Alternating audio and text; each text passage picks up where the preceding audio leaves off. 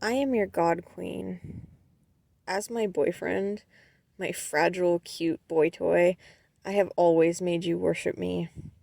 Like a little puppy, you've properly obliged my desires, my requirements. That's why you, flawed as you are, became mine. Not just because you could service my whims. I have millions, actually billions, who would come at my call. But what you have that many do not is an exceptional ability to listen. You don't just think about the arousal my mere presence inspires in you. Your desire to serve me is so strong that you can still think like a rational creature, even in the face of my radiance. Few have ever been like you in the eons of my rule over this universe.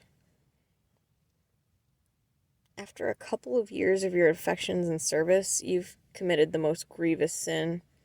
You've bored me. So today, I invited you to one of my leisure homes. The waves from the beachfront outside are a gentle background ambiance as I casually check my phone. I'm sitting on an armchair in my date night clothes, one bare leg across the other, when you enter the room. I've called you here. You have that puppy dog look on your face, full of hope, adoration, affection, and delight. In both hands, you hold a bouquet of red and black roses. A sweet gesture, very typical of you. Something I once appreciated, but now it's boring me. It's clear that you have no clue why I'm sitting here wearing the coldest expression you've ever seen from me. You look a little confused, and you even open your mouth to speak. I hold up a finger, and you obediently shut up. Tell me how you feel about me. You proceed to trip all over yourself to compliment every aspect of my being. You talk about my elegant black-heeled sandals, the ones that you bought for me last week that look powerful and divine. They show off my pedicure and the smooth skin of my feet. You gush about my enchanting style. You tell me how much you love me, love being around me, worshiping me. I've heard this from you before. You slowly stutter to a stop as you see my expression remain the temperature of ice. Hesitantly, you ask if something's wrong. No, nothing's wrong. Everything's exactly as it should be. You've never heard me speak in such a tone. Not to you. I see drops of sweat beading on your forehead. You nervously offer me the assortment of roses, telling me how you got the ones I always liked. I don't bat an eye. My light gray eyes are locked on yours. We've been together for 6 months, boy toy, but now you're kind of boring me. I frown slightly, expressing my annoyance at your existence. So, you're going to shrink for me. I can see that you're beginning to shake already. I inspect my black fingernails, and without even needing to say a word or make a gesture, you begin to descend. Such is my power. The rose bouquet drops from your hand. As you steadily diminish, the life force of your body is already draining into me, feeding my divinity. I can hear your heart racing in fear. Unfortunately for you, we've only just started. I keep my perfect eyes locked on your form as you shrink below my chest, then my waist, my calves, my ankles, even my toes. You get a very good view of my date night outfit. It is your favorite. A short, fitted little black dress, silver bracelet, and matching toe ring. My hair is done up with a headband, and my dark cat's eye makeup is concentrating my gaze down on you. You were always just an ant to me, even when I was happy with you. Now your reality matches the truth. And you really are ant-sized. The smallest part of my body eclipses your world like a skyscraper, but I can still see you, still hear you, as your god should. Give me any reason not to turn you into a smear under me. I let that threat settle in. Once I might have called you some pet name or other like honey or cutie. These friendly terms of endearment have no place describing ants. The roses you brought me have fallen to the floor like fallen skyscrapers to you. I glance at them and narrow my eyes. You get to watch as I take a step forward, slamming my foot down on the heads of the rose bouquet. I look back towards you, and it's clear that the force of my step was apocalyptic for you.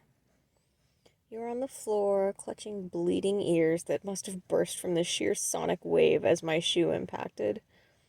On your side, you have a full view as I grind the rose petals beneath me.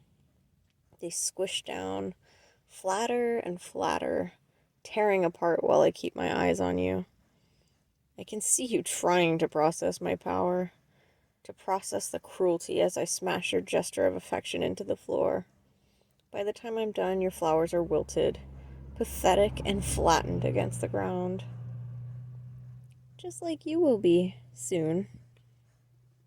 I shift, now focused entirely on your pathetic form. You're still barely coherent after the force of my step destroyed your eardrums. Or perhaps you're crippled by agonizing despair, cowering at my feet. Doesn't matter. I know you're too pathetic to even try getting up. I raise my sandal over you.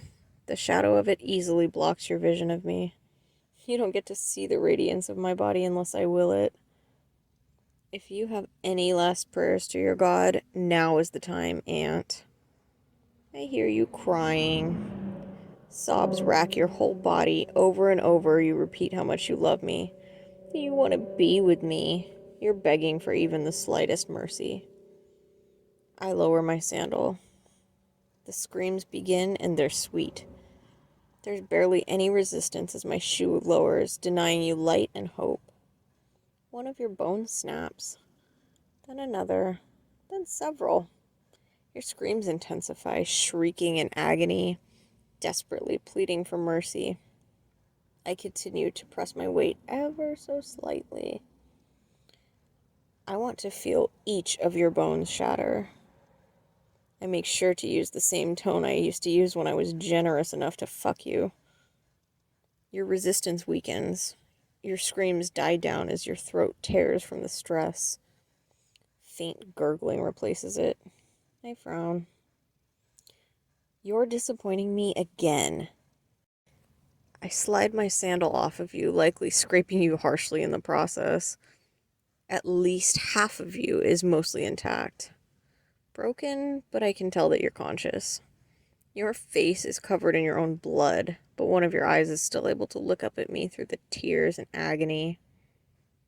I thought you could at least give me a good final scream, but you failed to even do that for your God. Fucking pathetic aunt. I should have done this months ago. You raise one badly bent arm up to me, trying to communicate something, anything. I roll my eyes. I'm over you. I'm going out tonight to find someone who will be much better than you ever were. I smile. You're coming with me. I lean down, my fingers reaching, my black nails like midnight. Your doom. You shift, trying to get away, but there's nothing you can do. I pluck you up, and I lift one foot out of a sandal. I drop you in right near the center. Crawl to safety if you can. By the time I'm out the door, I'll have forgotten all about you. I slide my foot slowly back in. Your final efforts to escape or to even reach some sort of safety are utterly futile. I feel you trapped beneath the ball of my foot, and I flex my toes a little, wiggling you around under me. I laugh quietly. Goodbye, Aunt. I won't miss you. I walk to the door, grabbing my things. You manage to survive several steps, but each one breaks you more than the last. As I reach for the front door, I feel one final pop under my foot, and I savor the moment. Then I open the door and go out to find myself another little worshiper. After that moment, I never think about you again.